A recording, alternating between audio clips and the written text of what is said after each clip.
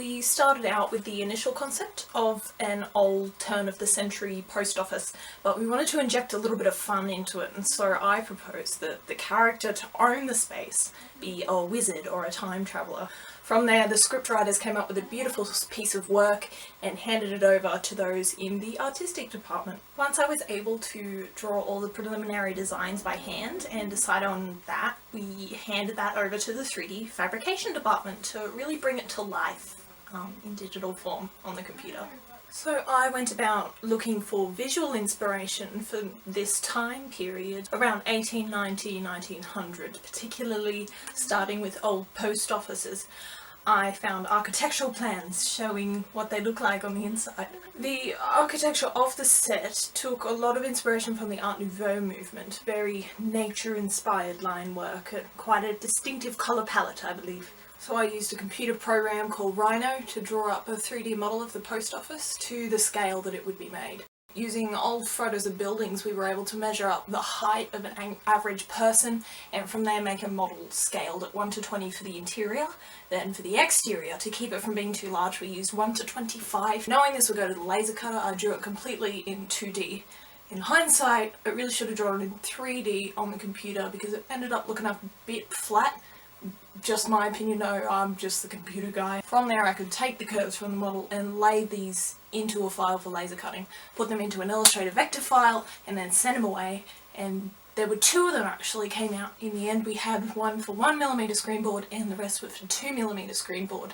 Because the cutting itself was outsourced, it was a bit of a jumble when we got all the pieces back. They made me sort so many pieces. We knew that when we filmed it we wanted a stop motion sequence with the things coming out of the post boxes, and like the 1:20 model ones were simply too small. So back when the 3D fabricators were laser cutting pieces, we got them to print two sets of 27 boxes. 27 at 1:20 and 27 at 1:8 for the big ones to do the close-ups. They were great, you could really see the detail. The boxes, yeah, they had 12 pieces per box, 27 of them. I don't know whose bright idea it was to make hinges, but I had to glue them all up. One bead on the box, one to the wall, 2 hinges per box, one wire running through them. Boom, you got flappy doors. The most important character we decided was Mr. Llewellyn. He needed some wizardy vibes, so I altered a 3D model that I found online using SculptGL to give him a beard and a little waistcoat. Because he was only seen inside, he was 3D printed at 1:20 scale using PLA filament on an FDM printer. For the main character, Adult Henry, we needed just a generic dude, so I sourced this model online, printed in both 1:20 and 1:25 so he would fit with both the exterior and the interior of the model. There was one character who needed an oversized coat. He was the child version of the main character Henry. I found some scrap cotton, cut a paper pattern out and sealed the seams of the fabric with super glue to stop the edges fraying. Then I just hand sewed the whole thing and turned the little sleeveys inside out. As soon as we had the dimensions for the interior walls, I set out cutting those big pieces out of 1.5mm boxboard with a ruler and a Stanley knife. I can actually take the dimensions direct from the computer model. It's crazy, this 3D fabricating wizardry stuff. To keep the walls from warping, the whole thing was crated, which involved cutting 9mm strips of boxboard and supergluing them to the back of the wall piece in a 50mm grid. This was done for all 4 walls. Whilst waiting for the laser cutter pieces to arrive, we got on with the wallpapering too. I sourced a print of some William Morris wallpaper and scaled it in Photoshop, corrected it a bit and printed it in strips like actual wallpaper. It was laid down with double-sided tape on the feature wall. Around the walls we made a tall skirting board with balsa wood and stained it with 2 coats of walnut wood stain. We also added a skinny little picture rail around the top. The floor was made of miniature paddle pop sticks. Stuck them down with double-sided tape. We added CFP floor wax to them and the skirting board to give them a glossy finish. Once we had all the pieces back from laser cutting, I could put them all together on the crated walls and ceiling, be it with PVA, double-sided tape or super glue. Finally, we needed stairs out the front, so those were cut out of balsa wood, super glued together and painted to look really old. Then outside we also needed two garden beds, one for a flashback sequence and one for the present day. They were the same bed, essentially. So of paddle pop sticks, I made a little box and filled it with plasticine. The box has also got a nice little brass wire fence at the front to be swapped between them. Then for inside, we needed props, so we folded up and tied up little paper packages and added a paper rack and a pencil cup made out of a pen lid, then a pot plant from a super glue lid. And these went all around a table with toothpick legs that were cut in half, then a bead was put in the middle of them, and then wrapped around with some wire to make it look carved and fancy. And they all got painted gold. So the ceiling got 2 coats of green enamel spray paint, as well as the top section of the walls so that they match.